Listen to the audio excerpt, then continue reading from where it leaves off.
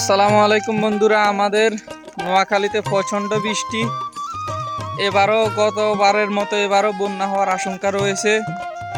যদিও এক্সট্রিম ওয়েদারে হাঁটতে খুবই ভালো লাগে, তবে দুঃখের বিষয় হলো যদি এবারও বন্যা হয় তাহলে মানুষের দেখা যায় অনেক ক্ষয়ক্ষতি হবে, মানুষজন অনেক কষ্ট পাবে। সেদিক বিবেচনা করলে অনেক খারাপই লাগে।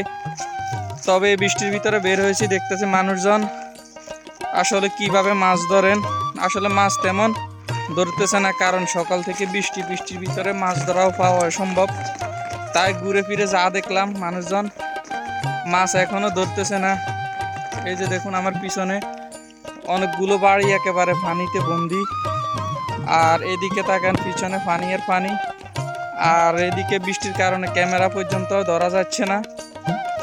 আর মানুষজন এখনো মাছও পাচ্ছে না, মাছও ধরা শুরু করেনি, কারণ এই বৃষ্টির মধ্যে মাছ ধরাও প্রায় অসম্ভব হয়ে পড়েছে মানুষের জন্য।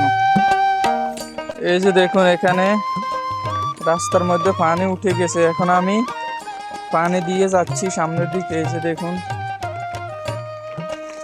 এক কথায় পাতা হয়েছে, দেখুন এই বেলে মাছ ধরা হয়। এই যে দেখুন